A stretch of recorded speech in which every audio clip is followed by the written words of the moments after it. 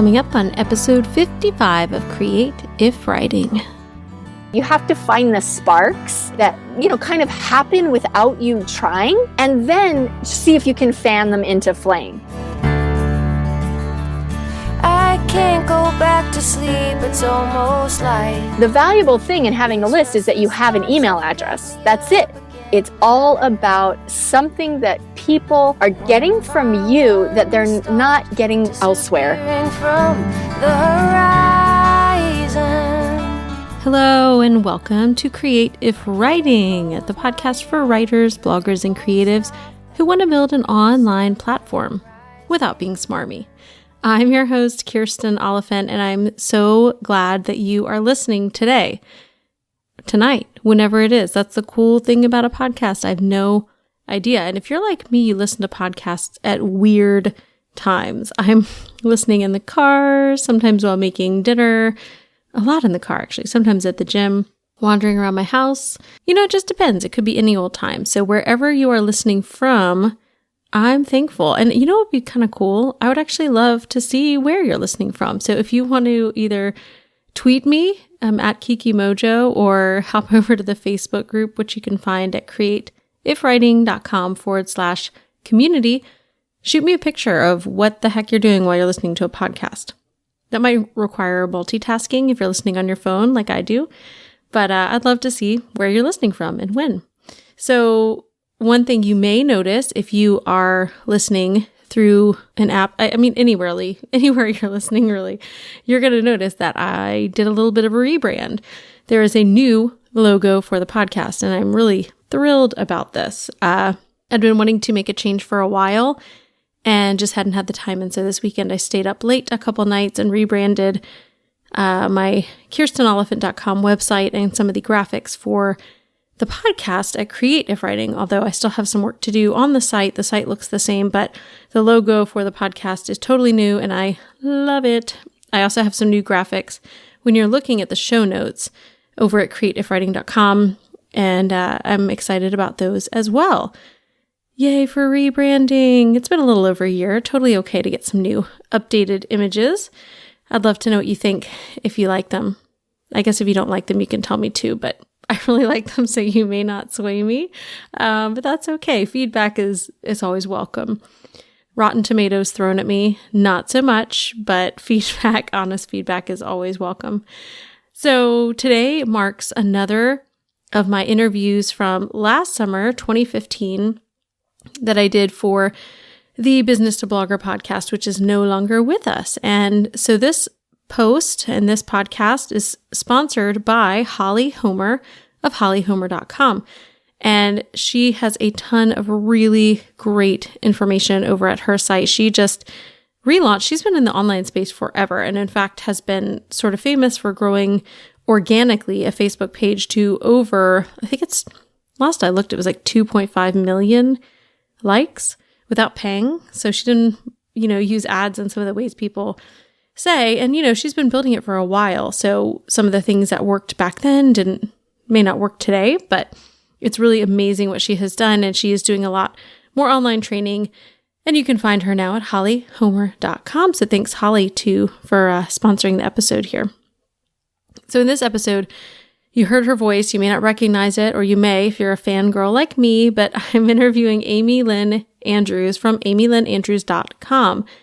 And I've been a longtime fan of her blog, and also specifically, especially her newsletter, her weekly email called the Use-letter, because it's full of useful tips and things to just help you move on in your blogging journey or your online journey. It's not super specific just to bloggers, but if you're in the online space, there are helpful things in the Use-letter every week. It's one of my favorite things to get on Saturdays. I really look forward to actually seeing it and seeing what links she included, because there's always something new that I haven't heard of. And if I've heard of something, I feel really like I'm on the ball because I already knew about this. So it's really fun to get. And I'm going to leave links to all of this in the show notes so you can go and follow her. You can also find her at Facebook. And I believe it's facebook.com/Amy Lynn Andrews. She has a ton of really great, helpful posts for you. Now, if you're listening and you're not primarily a blogger, you may be tempted to think that this episode is not going to have a lot of information for you or a lot of value for you. But you're wrong, because I think as I listened back through this episode again to write the show notes and kind of think about what I wanted to say in this new intro for the interview, I was just struck by how many great principles she has for basically just lasting online in the long term, whether you're blogging primarily or whatever it is, your personal purpose, your personal goals, your personal space, so many great valuable things. And so I'm really excited to share this long interview with you. And I have some questions, I have some thoughts, but I will share those on the flip side. So here is my interview with Amy Lynn Andrews.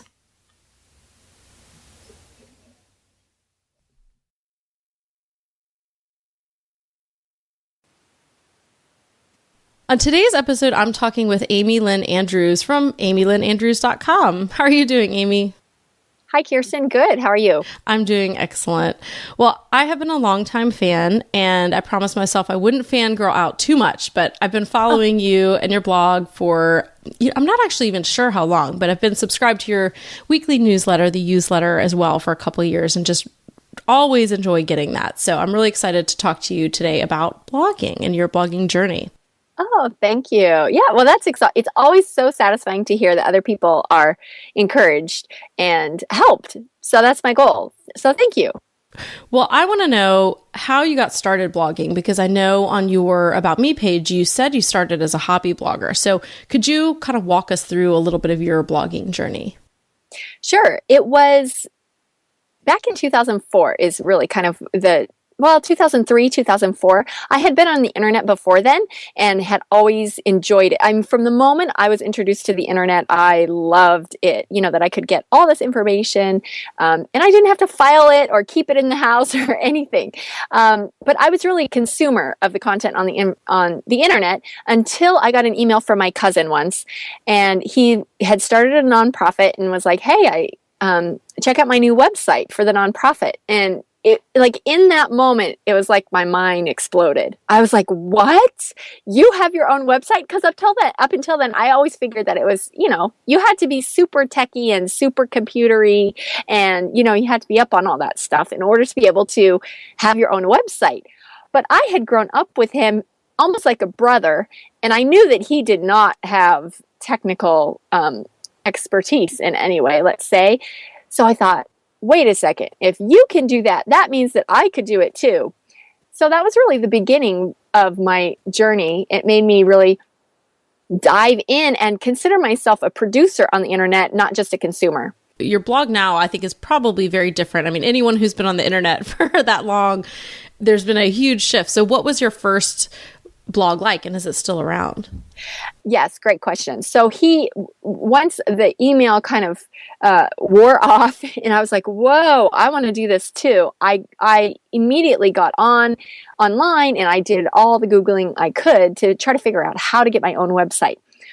Well, there were a lot of really technical, computer savvy people online who were very kind to help me along the way and answer all of my crazy questions that probably made no sense at all. And somewhere along the line, somebody just said, "Hey, if you want to create a website," I mean, because I was hand coding, I was literally from the ground up, And finally, somebody was kind enough to say, probably the quickest way to get online with a website is to start a blog and just use a blogging platform like WordPress. And I was like, okay, then that's what I'll do. So that's how I was introduced to WordPress. And I really enjoyed getting all of the, tinkering with all of the back end stuff and getting it up, which was a surprise to me because that was never a bent of mine growing up, like kind of the technical side. Yeah. But I really enjoyed that. And it was almost deflating when I finally got it all up and I realized I actually had to write something. So at the time my husband and I lived in upstate New York. He was a pastor, and I was, as the pastor's wife, really struggling in that role. I had done some, searching online for other people that I, maybe could relate to or, had similar experiences. It was just really tough for us. But I couldn't really find anything. So it just made sense kind of at the time to just write about my life. And that was sort of the theme in general, was people were writing about, well, I mean, people were calling it like their online journal and that type of thing. So that's what I started writing about, was just life as a pastor's wife. And I did that for, probably 6 years. And I was not involved at all in networking or anything like that. I had 4 kids relatively close together. And so I was in the throes of, taking care of babies and toddlers and not having a whole lot of extra time to devote to anything except just getting on there and posting something and interacting on the comments and stuff like that. So that was how it all started. That's what my blog was to begin with. And then around 2010, I got a little bit extra time because my little one was finally a little bit older and it wasn't so physically demanding, the whole motherhood thing. Yes. And that's when I sort of ventured into social media, Facebook, Twitter, that type of thing. What I realized at that point was there were a lot of people, bloggers, who were sort of the opposite of me. They all were writers and wanted to write and stumbled onto blogging, but they didn't like the back end stuff. Whereas I liked the back end stuff and didn't really want to write. So I would see these questions fly by on Twitter or whatever. Hey, does anybody know how to get my site to do X, Y, or Z? And, I'm like, oh yeah, you just did it. So I started, just telling people the things that I had learned along the way. After a while, it got to be a situation where people just kept asking more and more questions. I just decided to start a blog. At that point, it was called Blogging with Amy. Sort of just laid out all the steps, and I would post tutorials and that type of thing, with the idea that hopefully others could be helped by the tips that I was sharing, regarding the back end of their WordPress sites. And when I started writing that, I was no longer a pastor's wife then. We had transitioned out of our church and moved to a different state. And my husband actually was teaching by then. So, I was kind of out of the pastor's wife stage of life at that point. It just seemed like a good transition to move from the pastor's wife blog to, the blogging blog. Well, and did you keep that blog up or print it out or do some kind of preservation of the old blog? Well, actually, the first thing I did was I tried to transition my pastor's wife blog into the blogging blog. That was a massive failure because they were like, what are you doing? Wait a second. Where's all the pastor's wife stuff? So I had gotten all these readers who I totally confused. So that's when, I decided, it would be better to separate them. So that site stayed up for a long time and I didn't really touch it at all until, actually, it wasn't that long ago, maybe a year or two ago, somebody was interested in the domain name. And I thought, well, sure, go ahead. You can have the domain name. So I did. I downloaded and backed up all of my posts. So I do have record of all of them, which, maybe at some point down the road, I will read them and be amused at myself. Yeah, well, it's sort of, the modern day diary. It's going to look a little different when our kids are all kind of grown and going through our boxes of stuff. It's not going to be like the little, I do have a little diary with like a lock-on key on it from junior high, but they'll also have, a printed out blog somehow of posts that I wrote about them as well. So it's just a different age. But yeah, it's kind of like that online diary. I know what you mean, though, about audience, and I think that can be really difficult. I know I have struggled as a writer, and then I started blogging just about family stuff, and then my blog has kind of evolved. But one of the things I love to write about is writing, and also, blogging and social media. I get really excited, and I keep doing surveys every so often of my readership to see what people are interested in, because I'm a lifestyle blogger, so it's random. It's not just parenting, it's other stuff.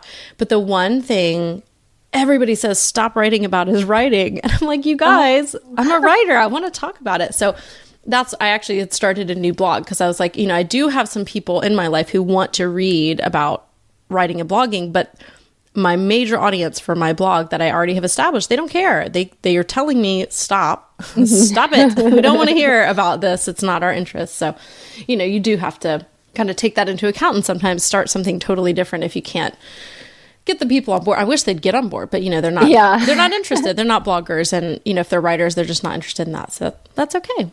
Well, one of the hallmarks to me of you and your blog is a sense of helpfulness. And I love that. It seems like you're very freely giving of information, and your blog is totally I feel like it's a digital encyclopedia for blogging information. So whenever I go visit your blog, I get stuck there for hours. So I'm like, oh, look at this, because there's so much great stuff. But I wonder how do you collect all of this stuff, and how do you kind of keep up? Because I feel like it's always changing, but you have so much information. Do you just sit for hours researching, or does it come as you're doing things? But how do you find all this information and become kind of an expert in these areas? Well, I have to say that my most favorite thing to do, if I could do nothing else, it would just be to read and read and read and read. I don't like to implement anything, but I love to read about what other people are doing and, take notes on what great ideas they're coming up with. So I do spend a lot of my time just consuming information and doing my best to stay up on what's going on and what's current. And that is, in and of itself, is a job because things change so quickly. So I have had quite a transition over the last couple of years, especially because when I first started the blog about blogging, it was still during a time when you could kind of write a blog about blogging and generally cover all the bases. But then it became very clear to me a couple of years ago that this was not going to work very well going forward. And the reason is because the whole idea of blogging, in fact, I don't even really like the term blogging because it is such a tiny, tiny, tiny part of this huge online thing that's going on. I suppose technically a blog would be considered a type of social media, but you've got social media in all its forms. Blogging would be one of those, but you also have now YouTubers, and you have podcasters, and you have now Periscopers, and you've got, of course, all of the social media platforms, and they will continue to grow and change, and new ones will come on the scene, and amazing things will happen. So blogging is such a tiny slice of it, and really a lot of people these days aren't.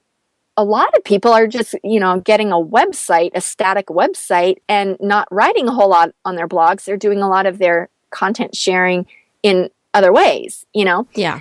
Email marketing is another one, So I think for me, the whole blogging concept is a little bit narrow in scope. And so I wanted to make sure that I was able to encompass as much of it as I could.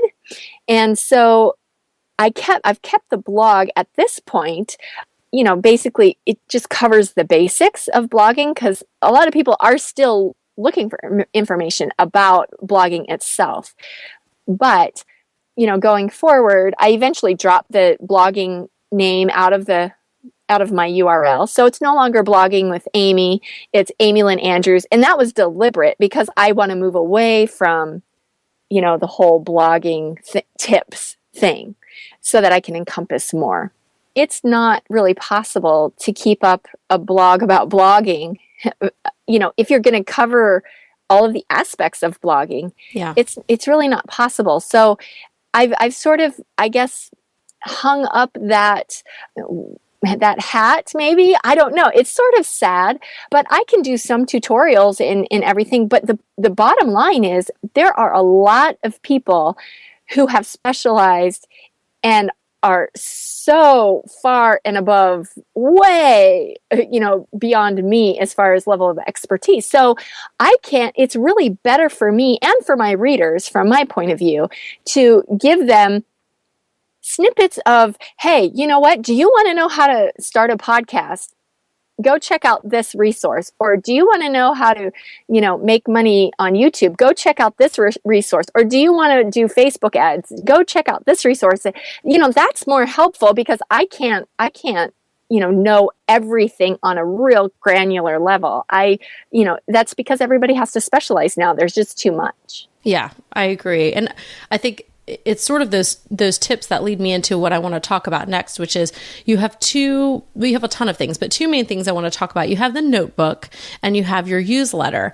And the notebook it's your sort of paid digital product, which you kind of talk about as a cross between an ebook and an e-course. And it's really unique, and I have it and I love it. And then you have your newsletter, which is your free weekly email. And I think for people who are, bloggers and entrepreneurs online, there's a big question of kind of, offering value and how do you make the decision what things are free? What free value do you give to people versus what value do you start to charge for? So I don't know if you can speak to that a little bit, but how did you make that decision for what is free value that you offer versus paid value? Yeah, you know what? I think that's a great, excellent question. And I do think that it will vary largely on each person who is blogging or online or doing whatever they're doing, because everybody's experience is going to be different, or the things that they want to share with people and the reasons why they're sharing with people are going to be different as well. So, for example, if you have a blog and your main income stream is, let's say, display advertising, you are definitely tied to page views. So page views for you are so important. You're going to want to put a lot of free content out there so that you can continue to get the page views. Yeah. I'm kind of, super skimming over over some differences. But if you're somebody who has a different goal in mind, for example, maybe you're somebody who isn't really interested in, making money, let's say, but at the same time, you recognize that your time is valuable and you can't just, spread yourself too thin. So maybe a lot of your content would be free, but then if anybody really wants to get close to you, you would charge for that kind of content or that kind of coaching or consulting. In my case, for example, the way that I've kind of set it up is the content on my blog, I try to provide as much value as I can, and it's geared a lot towards the beginner, somebody who's just starting and trying to get online and learning the ropes. Then the newsletter, the idea behind that is to, again, provide free content, but in a way that allows people to dig a little bit deeper. Then my notebook is a situation, or it's something that is a little bit more about what's going on in my own head. So on my blog, somebody could easily find the information that I share on there elsewhere. And the newsletter is a little bit more, in depth, or it will provide the resources that are a little bit more in depth. But now the notebook has kind of crossed a line where these are my opinions of things that I'm thinking about, the things that I'm looking at, the way that I'm organizing the information that I'm finding. So it's a little bit more internal for me. Really that would probably be content that I would share with somebody if we were one-on-one or in a coaching situation or a consulting situation, something like that. So that's kind of how I spread them out. The stuff that's free that anybody could find, like, let's say you're a food blogger and you've got a chocolate chip cookie recipe. Well, unless there's something really proprietary about your chocolate chip cookie recipe, it's probably best to make it free content, right? Yeah. But if you're going to put together a cookbook, let's say, and you specialize in really great gluten-free chocolate chip cookies, as well as all these other desserts that are maybe difficult to find, or you have a knack for really using a particular ingredient in a way that makes things really great or something, so that's something I think that you could charge for.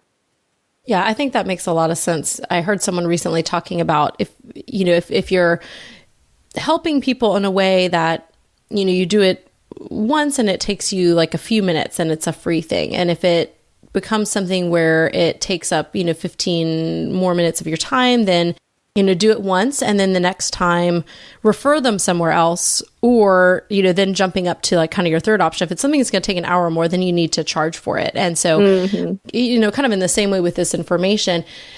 And I think, with a lot of the things that you curate, because you're an excellent curator of content, I think, yes, people could find these things online, but there is so much value in being able to go into the notebook, for example, and see how you curate it, how you, Amy Lynn Andrews, that, you know, being the expert that you are in your field, how you have arranged that information. And also just the fact that it's all in one place. Because if I were to go and try to find all the information in the notebook, it's all online somewhere, but for me to find it would take like years, you know, where you have taken those years and kind of curated it. And there's so much value in having someone else who understands kind of how to put things together, put it together for you, because it saves you time, but also gives you sort of the lens through which someone else who understands how these things fit together, how that person fits them together.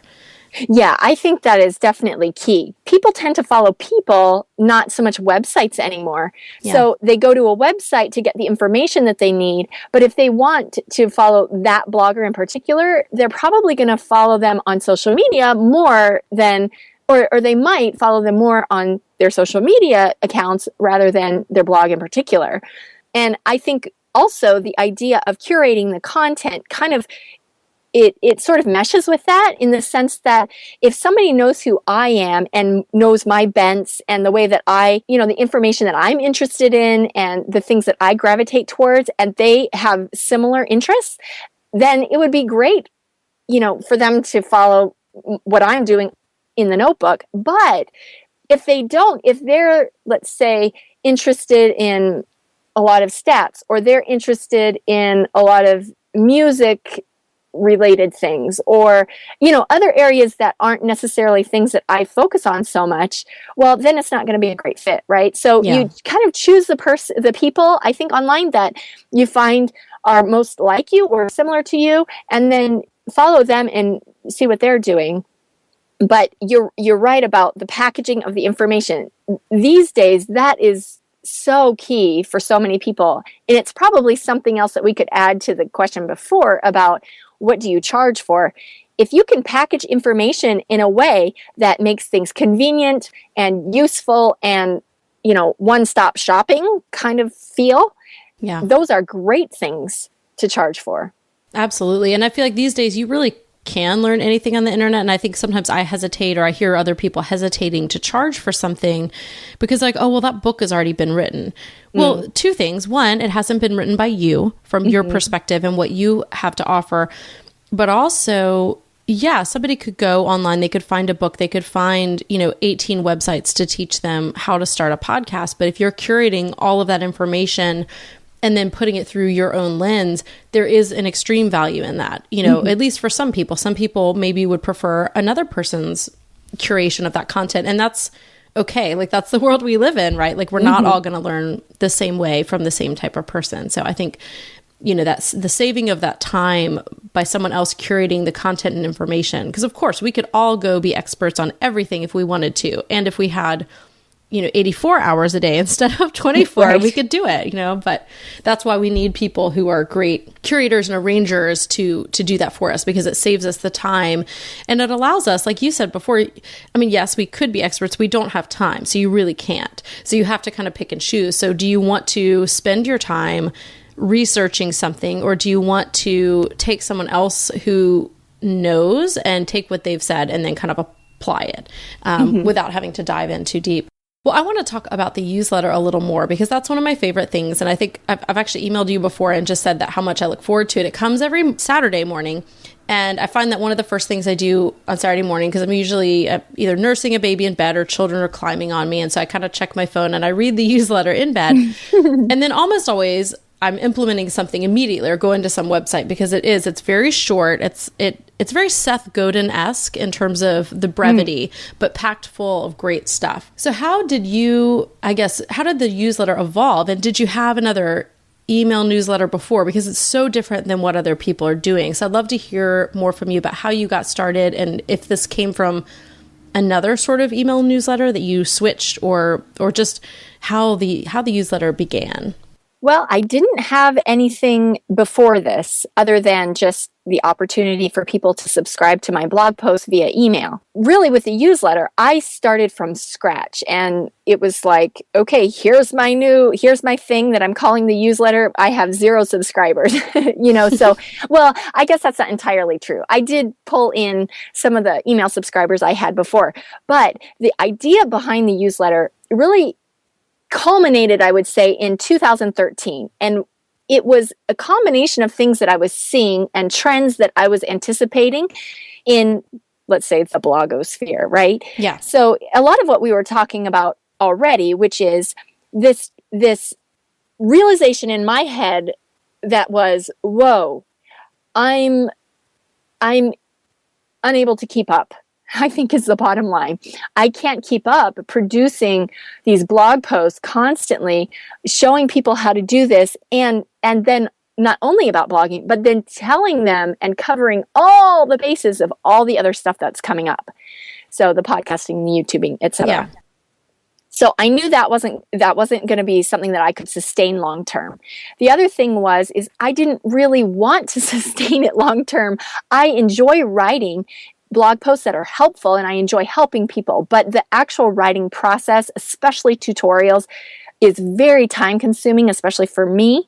I am not a quick writer, and I found often with tutorials, what happens is I'll start writing the tutorial, and then I'll be like, oh wait, if I tell them to do that, I have to go and tell them to do this first. And then it's like, oh wait, but I have to tell them, so I'm constantly having to add and edit and stuff like that, which was fine. And I'm happy to do that for, big topics. But for everything that was being thrown at me, all the stuff that I was learning, I was just like, I'm drowning, like it won't happen. So yeah. I made a definite conscious choice to make the shift from sharing most of my content in the newsletter and not on the blog. And honestly, it was a big risk at that point because nobody was doing that I knew of. They weren't saying, you know what, I'm shifting my focus from producing blog posts to producing this weekly,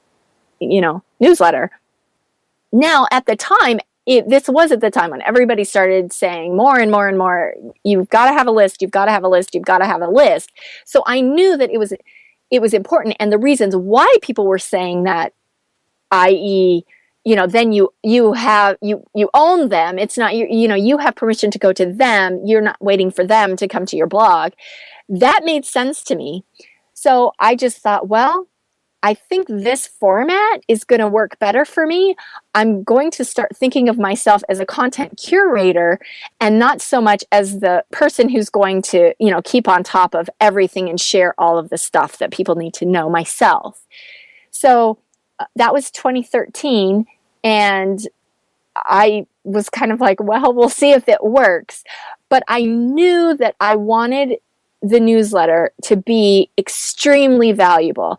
I knew that by that time I had been subscribed to all kinds of newsletters, and so few of them I felt were really done well.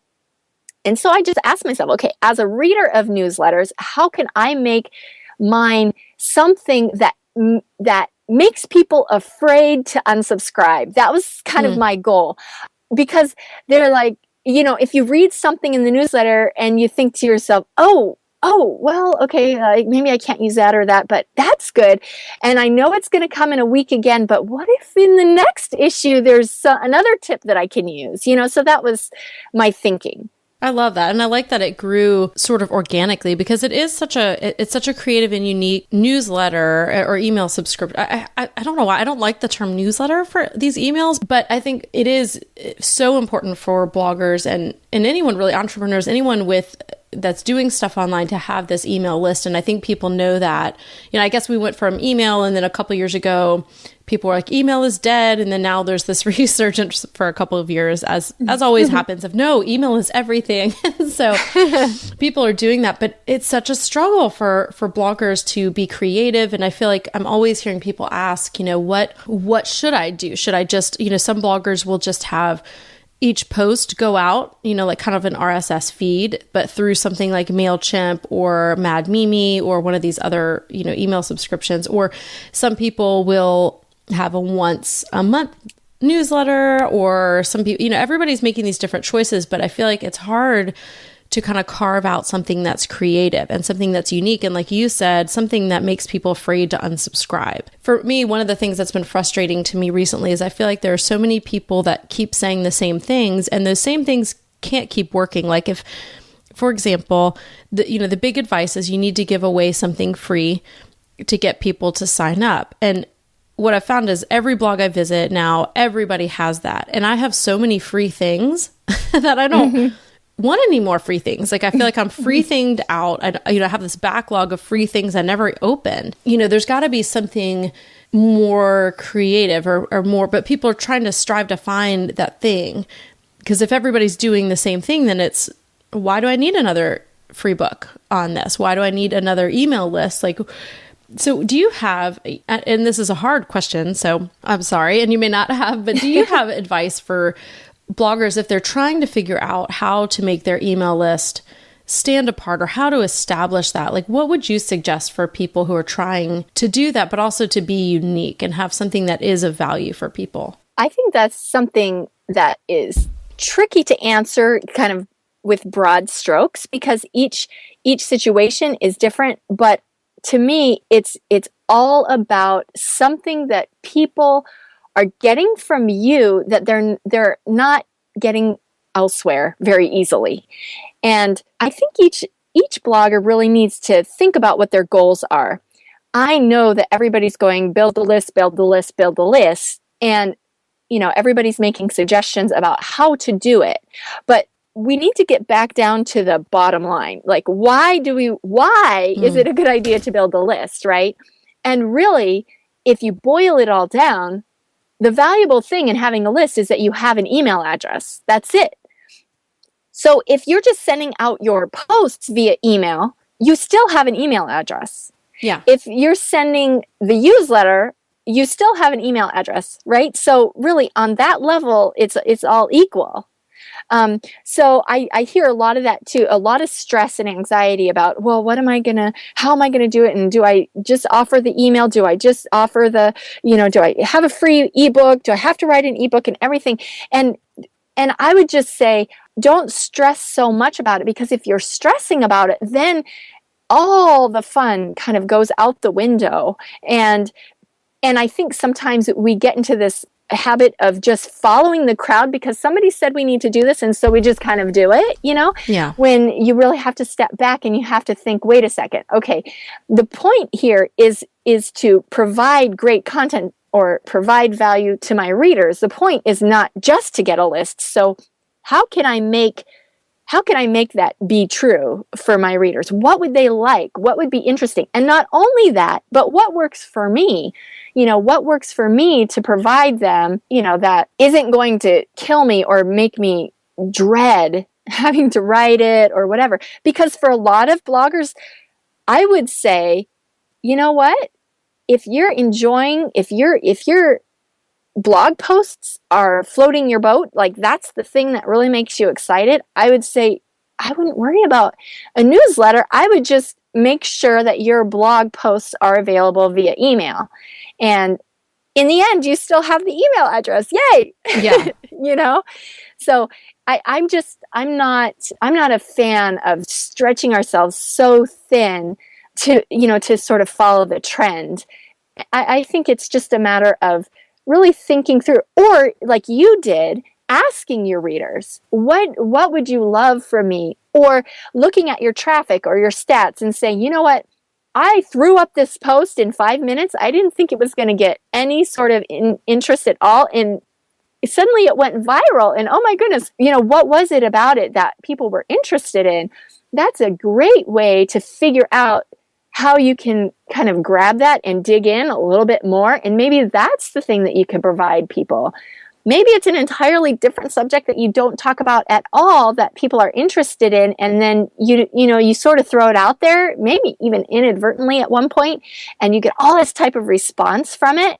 And so you just have to think you have to find, I think Darren Rouse was the one who said, you have to find the sparks that, kind of happen without you trying, and then see if you can fan them into flame and move forward from there. I just think that's a great word picture. Yeah. To find the sparks. That is, and I think even though you said that was a hard question to answer in broad strokes, that's perfect answer, because really those are questions that you just gave for people to ask themselves. And I think it's so freeing to hear you say, don't put so much pressure on yourself to do it a certain way, to feel like you have to create fresh content for a newsletter, for example. It could just be your blog post, if that's what people are into. You still have the email that way. Because I feel like, yeah, again, I just keep running into all these how-tos online and it looks a certain way. And I'm in this little group with some people, and we've been talking about email lists and working on growing those together. And one of the girls, a few of them are just so stressed out about this idea of free product. And one of them put a post up and said, I'm listening to a podcast. I can't believe it. The person being interviewed just said that your free product for your email list should be worth $100. It should be $100 value. And I was like, that's insane. And we had this conversation, and I guess she was still listening to the podcast as she was commenting. And like 10 minutes later, she wrote back, the interviewer asked the person what their free gift was, and they said they hadn't completed one yet. And I thought, well, of course not. If you're trying to make something of value that's $100, I mean, these days ebooks sell for like $1.99 sometimes, even, thinking of what could possibly be $100 value these days that you would offer someone for free. That sounds crazy to me. So I love your answer. And I think for people, who are out there trying to decide on your email list, it is so personal, but those questions are really good. What is it that you have that is creating that spark in your people? And don't stretch yourself too thin. Go with what is already working. Go with what's working for your people, and don't necessarily, if it works for you to offer a free gift and you find that your subscriptions go up and people love what you're giving them, great. But if you don't have something free and you feel like you can't create it, and so you're not starting an email list because you don't have a free gift that's $100, right. Don't do that. Right. So I love the freedom in that. So on your blog, one of the things I also love about it is that it's so very, very clean. And one of the things I think people will notice if they go there is it's not cluttered full of ads everywhere. I don't see an ad network that's present in the way I do for a lot of blogs, but you mentioned on your about page that you're working online full time. And so, or producing an income. I'm not sure if you say full time, but how then are you kind of monetizing your blog? Because it seems like you're doing a little bit out of the box from kind of the general, 1, 2, 3 step sponsor post ad network that you kind of hear from people. Yeah, I've experimented with ads on my site, but it just never, I don't know. It never really grabbed me. And that is not because I think there's anything wrong with them at all. I mean, because I have worked with bloggers and certainly have tons of friends and watch a lot of bloggers who just kill it with the ads, so I think it's an excellent strategy, or it has been in the past. I think there's been a real change over the last several years, and in general, the feedback I'm getting from people is that, the ad revenue has just really gone down, basically. Yeah. So for me, there was nothing in particular about it that I didn't like, other than I just never felt like it was a good, it was like a square peg in a round hole for some reason. I think just my personality, and I didn't want people to click away. And really the other thing is that I found, for me, affiliate marketing was just a much more natural fit. So affiliate marketing is my main source of income. And then, the close seconds are the products. So my ebook that I wrote in 2010 still sells. And, now the notebook, I've experimented with other things. I had for a while did some like membership site experimentation. Yeah. And I've also done coaching. I've done consulting. I've done, virtual assistants. So I've had the luxury of over the years being able to figure out what I enjoy and what is just not really me.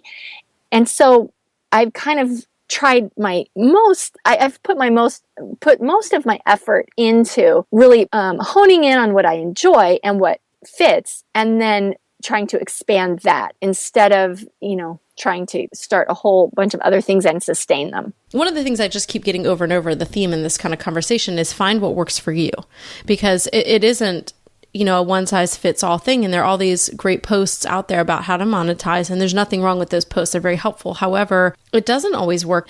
So I like that idea of experimenting and finding what works for people, and also kind of what you can sustain, because the idea of something like coaching or consulting, it's so one-on-one. And if you don't have, even if you have the value to offer to people, if you don't have the time for that, that it can be really lucrative, but it's almost like you have to charge $1 billion, because of your time, if you're going to work one-on-one with somebody. So I think experimenting, is a great way, but it's nice to hear what, that you found kind of what worked for you. And I think that's what people should do as well. Yeah, I definitely think that is the case. The other things to think about too are, with mobile, everything going mobile, the ads, it's just going to get more and more tricky to, figure out ways to make the ads work. And the other thing about ads, when I was doing them, I did all right. And it was fine, and it brought in some income or whatever. But what I realized is the pursuit of traffic for me, and like, you cannot let up, because ads are totally dependent on traffic to your site. So if you let up, or if Google decides they don't like you, or if Facebook stops sending traffic to your posts, or, if any of these things happen, then, you could really, really be hurting, even overnight in some cases. And my site has never gotten lots and lots of traffic, and I just never wanted to pursue, just traffic for traffic's sake, because I was, interested in other things. And, let's be honest, once you have your blog up and you've gotten the basics down, there's not a lot of reason to come back to my site unless I continue to just produce the posts and more and more and more and more. But, like I said before, it was becoming for me more of a burden than enjoyment anymore. You get stuck in this wheel, like that pursuit of traffic. And this week I had a post that did really well. It's probably the best post I've ever had. And it was one of those, it wasn't that I threw it up, but I didn't expect the reaction that I got. And it was amazing. But it's funny because I had this great day of traffic. And then the next day, the traffic was so much diminished, but it was so much more than I normally get. But I found myself like, oh man. And then I was like, wait a minute, this is like 10 times. It's less than yesterday's traffic, but it's 10 times what I get normally. How am I disappointed? And it's so easy to get caught up in just the numbers and it can be very depressing, and it can lead to blogger burnout. I really do hear that from a lot of people, or depression, because then you're always comparing yourself to somebody else's numbers. You're always comparing today's numbers to yesterday's numbers. And I know for you mentioned in, I think, the newsletter that Google changed an algorithm, and they it did not favor sites that were teaching people how to do something. So that was a big effect for you. So how did you notice that? And then what was sort of your reaction to that sudden shift in kind of your page views recently? Well, it was definitely disheartening. It's like, oh man, and then it was like, it just kept tumbling and tumbling and tumbling and like, it just kept going down. Now, I think at this point I've kind of plateaued a bit, but it's, my traffic is half of what it was, almost half. And what I'm grateful for is that for me, my income is not directly tied to my traffic. So because I haven't done, because I'm not, getting CPMs or, anything like that, it's not like I've lost half my income overnight, which I'm very grateful for. It still bothers me, for sure, definitely bothers me. But I think I was at this point, it's kind of like, well, what are you going to do? Google's going to do what Google's going to do. And so it really makes me think, I've just got to use my brain and think about what the next step can be. How can I, switch things, change things? Is this something that I want to try to regain? Or is there maybe another opportunity that I'm not seeing? One thing that I see a lot of bloggers over the years, I've seen bloggers do, which always makes me a little bit nervous to watch. And I think that's my personality, not because there's anything wrong with what they're doing, but there seems to be a real emphasis on growing what I would call a large infrastructure, let's say. So they might build a really big team and hire a bunch of people, or buy all this expensive software that they're paying hundreds of dollars a month for. And the idea is this is going to grow their business, which I think is fantastic. But I've seen it happen many times where then something happens and then they're kind of stuck because they've got to, they need to maintain kind of where they were in order to, as far as traffic-wise, income-wise, they've got to maintain a certain level in order to make sure that they can cover all of their expenses and that type of thing. And back several years ago, I thought, that makes me nervous. It makes me nervous to be in that position because you really do never know. So for me, I run a super tight financial ship. I mean, I'm just super frugal anyway, but I like to be able to pivot on a dime. I like to be able to change my mind and say, okay, that doesn't work, so I'm going to try this really quickly. And I know that I don't have to worry about, but I have to, I really need to take this sponsored post because I've got to make sure that I can pay for the software bill that's due, that type of thing. So when the whole traffic thing hit me in the last month, it was kind of like, well, yeah, we're definitely feeling it. It's not that we're not feeling it because obviously my income is tied to traffic to a certain extent, but it wasn't so devastating that I didn't think that I could move forward. It's just like, okay, well, is there anything that I could cut extras that I could cut out? And nothing is super like my life, my blog depends on it. So I think a lot of it has to do with how you set yourself up in the beginning. And, don't just follow the crowds because everybody else is, got, let's say, a huge team going on. Don't feel like you've got to build a huge team, because everybody else is doing it. Either that's what bloggers do or whatever. I mean, you think about your own self and what, like you said, what you can sustain over the long haul, because there will be peaks and valleys. Yeah. I think for a lot of people in the last probably 2 years, the big changes have been Facebook changing the way pages worked. That was a big hit for a lot of people. And then also, Pinterest Smart Feed had an effect. I know for me, it was weird. It affected, at first, it really kind of tanked my traffic. Like I was looking at posts that had sustained a great, Pinterest, what I love about the traffic from there is once something kind of does well, like I have a couple posts that every day they get about the same number of hits, and they've kept that for like a year on Pinterest. They just keep on going.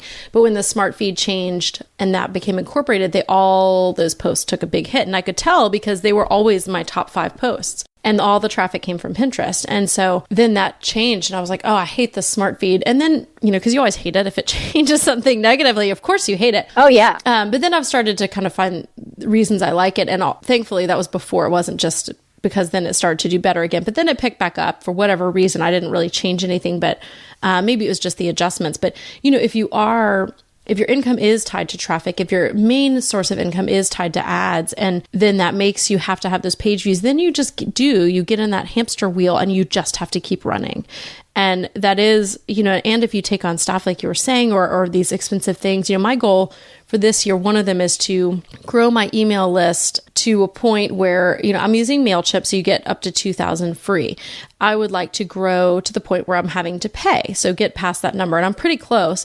But I was realizing, I'm like, well, but if I have to pay, where's that money coming from? Like, does that number of people on my email list translate into sales somehow? It doesn't. So how can I make it? Because if I'm going to, and this is just my personal kind of look into that, but if I'm going to have to pay for something, where does that stream come from? And is my email list valuable enough to me that I want to pay for it? Or do I want to just drive off all the people who aren't opening it? Maybe that's what I'll do. Tell Greg, like, either open it or get off my list, and then get them all off, because, if I want to pay for it, I want it to be a value. But I think the idea maybe is to find what you can sustain without burning out, and really think about, as you're starting out, what is tied to page views? If Google changed tomorrow, their algorithm, if Pinterest went bankrupt and disappeared, what would happen? I think there would be this panic of bloggers from,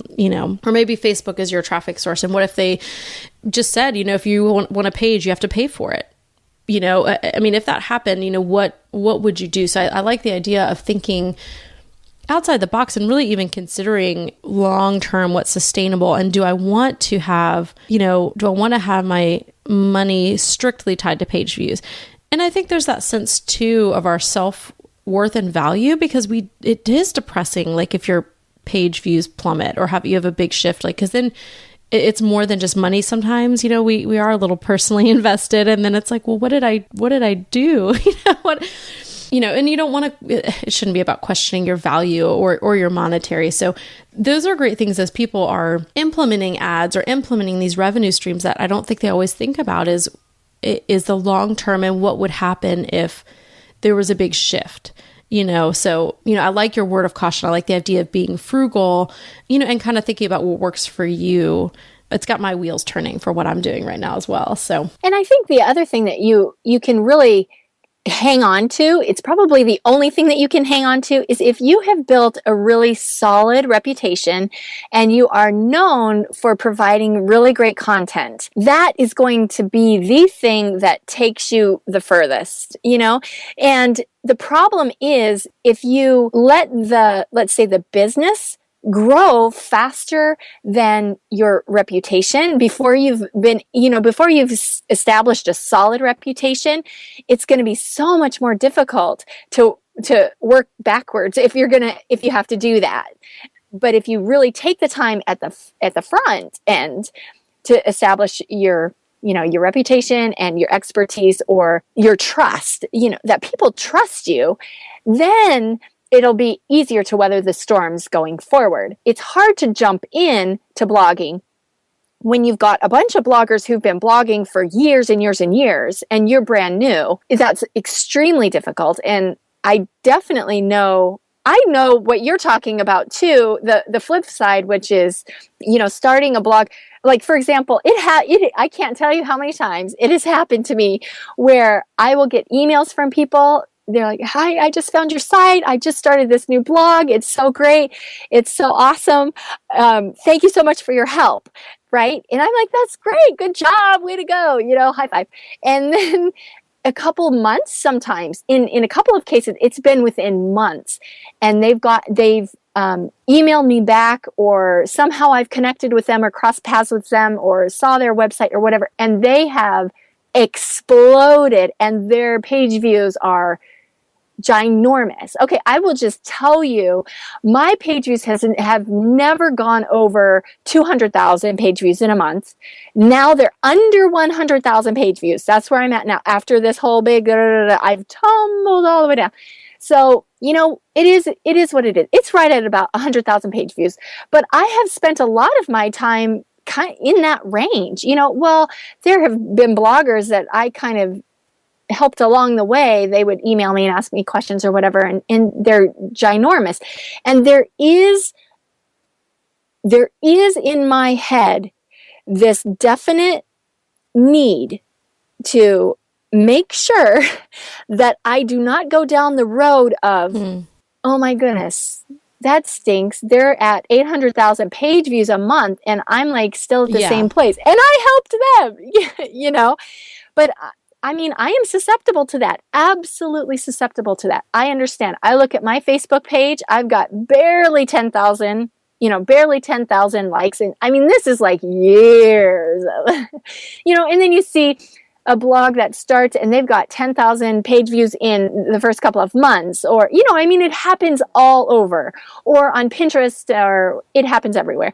I guess what I'm trying to say is we all are subject to the same thing, but what we have to remember is, what is my personal bottom line? What is the one thing for me that is important when it comes to my blog or my online business or what I'm doing online? And for me, because ads aren't my big thing, page views are really kind of a vanity metric for me because they're not directly tied to my income, in the sense of page views and whatever. So I can look back, and I guess one of the reasons why I'm okay with it is because I can see my income has steadily increased, whereas my traffic has plateaued over the last several years. And that's because I'm concentrating on making sure that, because we rely on the income I'm making online, that's where my focus has to be. So all of my decisions really have to be funneled through that question. Is this contributing to my one thing?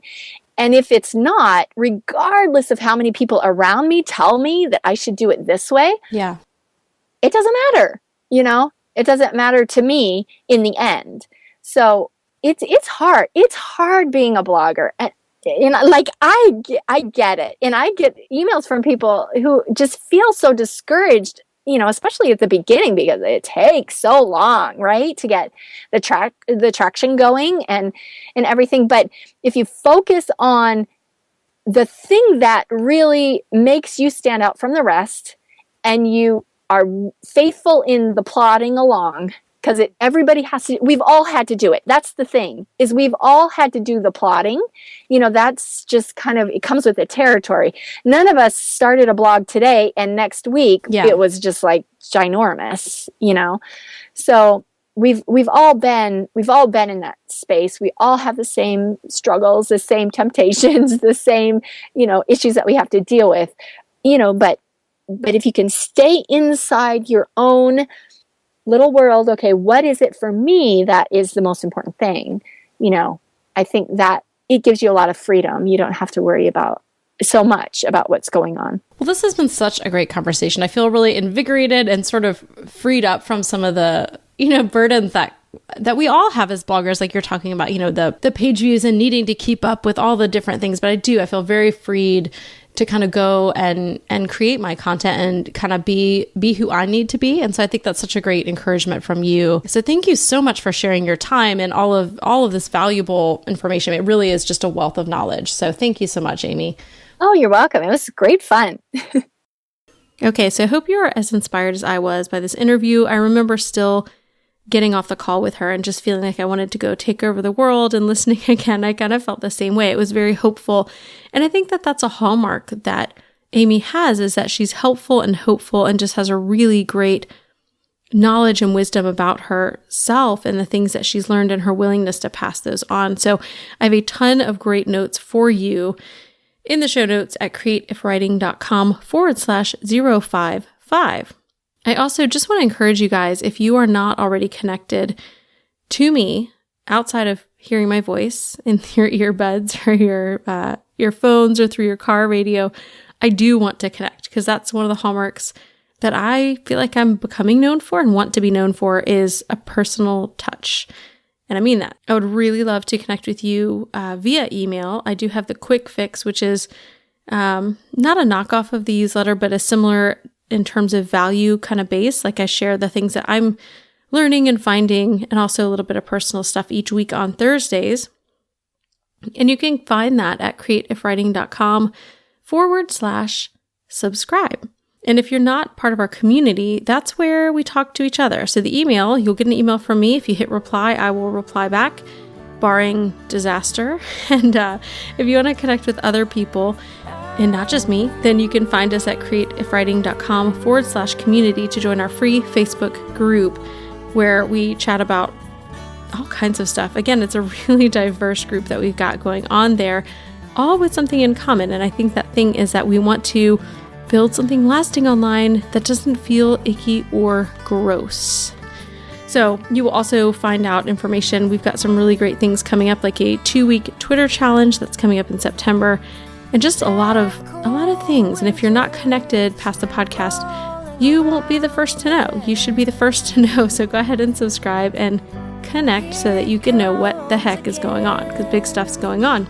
I hope that you have some great takeaways from Amy Lynn Andrews and just her advice for how to keep going year after year as things in the online world seem to be changing month to month, and yet we're somehow supposed to hold on and keep moving, even though there's something new to learn all the time or algorithms change, but we can do it. And I think her helpfulness, her hopefulness, and her tips are really going to help you in that long game. So thank you guys for listening, and I hope you have an inspired week. Ah,